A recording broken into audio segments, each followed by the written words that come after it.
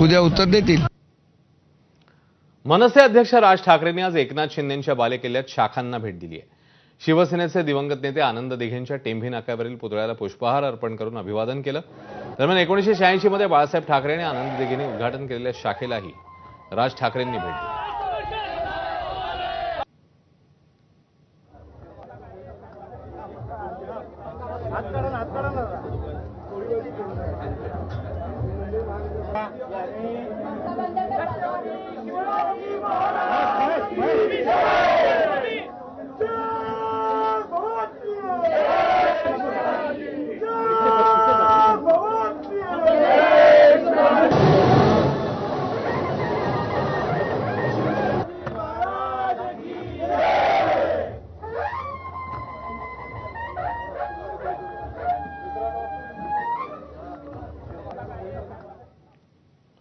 अमरावतीमध्ये भाजपच्या 2 नेत्यांमध्ये शाब्दिक चकमक पाहायला मिळाली।